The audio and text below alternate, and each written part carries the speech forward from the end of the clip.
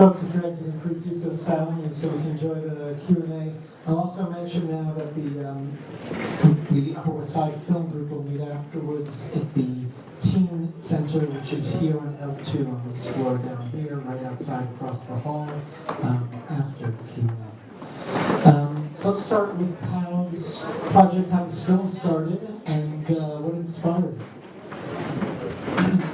Started that actually this is the graduation film of Esty, and it started that the idea was to do a film about the question or the feeling of homelessness, of not belonging or not knowing where to belong.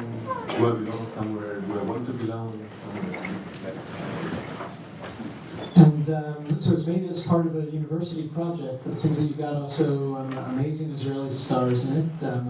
Hannah Lasso and Netta Riskin. Hannah Lasso being a really a classic name in Israel, and also internationally she's done very well. And Netta, of course, being the rising star. For those of you who saw here, Shtisel, she played the sister in Shtisel. How did that part come about? How did the Israeli side come in? Netta was involved pretty early because she also lived in Berlin, I think 10 years ago or something, so she contributed something from her real life. And Hannah Laszlo was really I would say a problem, but she really liked the script. Esty got her address through a friend, and she just dropped by in Tel Aviv and gave her the script. She read it, luckily, and then she called and said that she wants to do it. Although her agent, I think she didn't want to do it because there was not a lot of money to, But she did it. It was great, and really, it was the happiest day that she said yes. And she's hysterical, I find it, and dramatic too. What were the reactions as the film screened in Israel? What were the reactions? Unfortunately, the film didn't screen in Israel.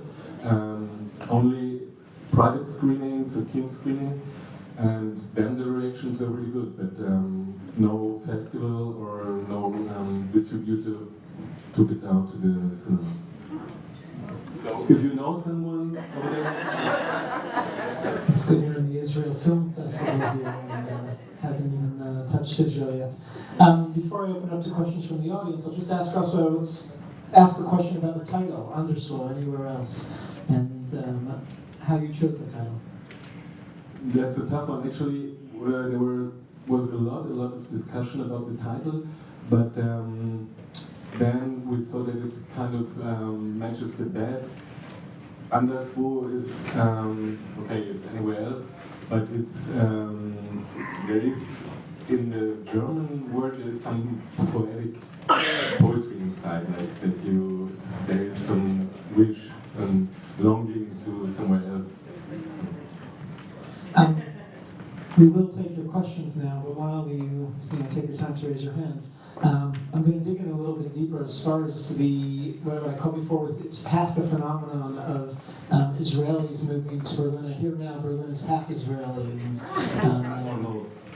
And one of the things I find very interesting in this film is really the relationships between the generations, and of course it's unique to each family. And you said this is not your experience specifically, but as a German who's married to an Israeli in Berlin, has this experience? How is this similar or different from your experience?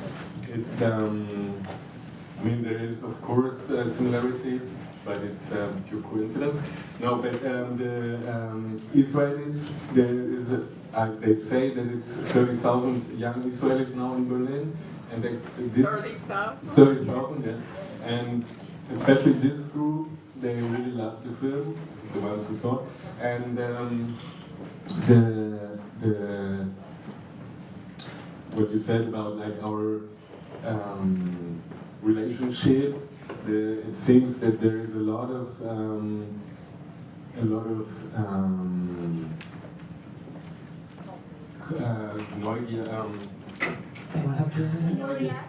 curiosity, right? Curiosity and a lot of So there is a lot of people going to Berlin from Tel Aviv and from Berlin to Tel Aviv, and a lot of intercultural marriages and relationships and kids. Esty and me, we also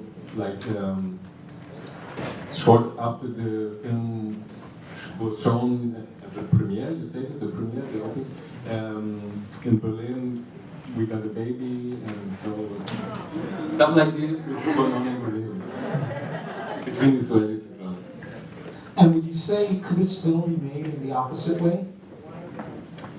We thought about it, the opposite way, maybe not, but we try to make it, as you said, also universal. We thought a lot while writing the script, okay, it should also be like maybe a Japanese comes to France or whatever, that it could be the same. Of course, there's a deeper impact with this German-Israeli relation, but the thing of not feeling belonging and missing emotions that are not translatable and not living in your own language, this should be international. But the other way around, I guess that it's not really possible. Might be your sequel, you know. And next one, I want to see her going to visit your family for the weekend. see how that develops. We have a question down here. Hey, I want to start by saying thank you so much. This is really beautiful to watch this. I can relate to a lot as an Israeli kid living in the United States. I could definitely relate to a lot, especially the crazy family and not feeling, sometimes feeling lost. But I wanted to ask a little bit about the writing of the film and the production of the film. How long did it take you to write it? And while filming, the process of filming, how long did it take you to make it? And what was the biggest challenge you had to overcome? Thank you, first of all. And the whole process was almost 3 years, and the writing was a very tough part because it involves also raising money, making new versions, to get new people on board, and also as a couple to write is something that is, I would only recommend it to people that I don't like. But if it's finished and it has some success, then it's great. So this was tough, and raising money, and then to actually do it, to go and film, this was pure fun, and it was really, really the best experience. Also, German-Israeli relationship. The team was half German, half Israeli, and especially in Israel, it was really a great experience. The people, I mean, there is of course this mentality differences, but it seemed to me that both sides evoked the best out of each other, you know? Like it was really, and it was fun. There's a lot of laughter and something like also in the film that you see, you know?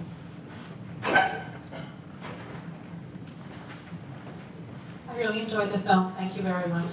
Can you talk a little bit about those shots with the translators? Yeah, that's these untranslatable words. This was an idea that came up because we were looking for we looked a long time for her profession of Noah, and we thought, okay, it should be something with the language, and then we witnessed, I think it was someone from Asia explaining in Berlin in the subway to someone maybe from South Europe a certain word, and he didn't, even the translation he didn't understand. And then I remembered that years ago a Portuguese guy told me about this saudade, that it's something that's only in Portugal and people can't know because they can't feel it like Portuguese. And then we came up with this, that this is actually her thing, this void that is there because you don't have the words, so you don't have the feeling. And then we were looking and asking people, hey, what's the words? And then these people, basically this is the people, friends of us, living in Berlin. We asked them, what is your word? And they came up with that.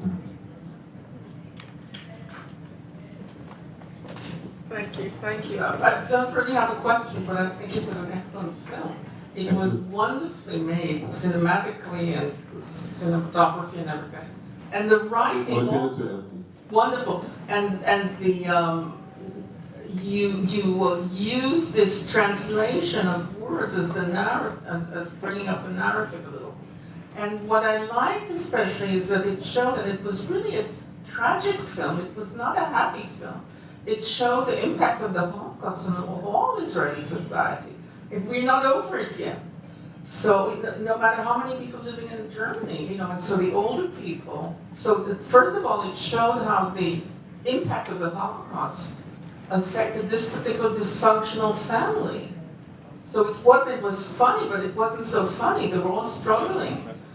And then also how the German people are trying to make amends. It'll take forever. So let me ask you how it did in Israel where it wasn't released. It played at the Berlin Film Festival, and was it released further in Germany? Yeah, in Germany it came to the cinemas, but of course it's easier because it's a very small film, and then the distributor, he gets funding for bringing a small German film to the cinema, and in Israel the distributor really needs to judge will it be a success in the box office, and in Germany it was in Hannah Laszlo, Netta Riskin, Essia Amrani, they are not known in Germany, so therefore it was also in Germany a success, that nobody knows these actors, the names and so on, and Germany is not a cinematic nation, you know, people don't go to the cinema there so much. How were the reactions to the context, to the notions that were brought up here as far as the relation to the Holocaust and relations between Germans and Israelis? I mean, the people that go to see the movie, I guess that they deal with this subject and they really like the impact also, of course, but I think that there is quite a difference in the, let's say, in what they interpret. Then, for example, really the end when the grandma is saying, okay, what should I say? If he's taking good care, may he be healthy. That Germans might think this is a gesture of reconciliation or whatever, while Israelis, I guess they see it more like, okay, whatever, do it, but leave me alone with this or like this, you know, don't. So there is, of course, a difference. Folks, we're going to take one last comment over here. Following the translation issue, did you co-direct it? And if not, who did more? And was it different to direct German and Israeli, or did I didn't take so if you have the German actor and the Israeli actor? As the directress, she speaks both languages, German, Israel, and Hebrew. So she talks with everyone in their language. Just because of the translation, I'm just wondering. You mean the script was written in German, and then it was for Hannah Laszlo and the Israeli actors. There was a Hebrew version. Maybe there was. She directed it alone, or yeah, she did. She directed it alone. I was present and consulting, but the actual directing assistant was in Israel. It was an Israeli. In Germany, it was a German. Momme, thank you so much. Thank you. Thank you for coming. Beautiful. Have a good night. Thank you all. We look forward to seeing you tomorrow night. And of course, there'll be closing night and there are other films here at the JCC.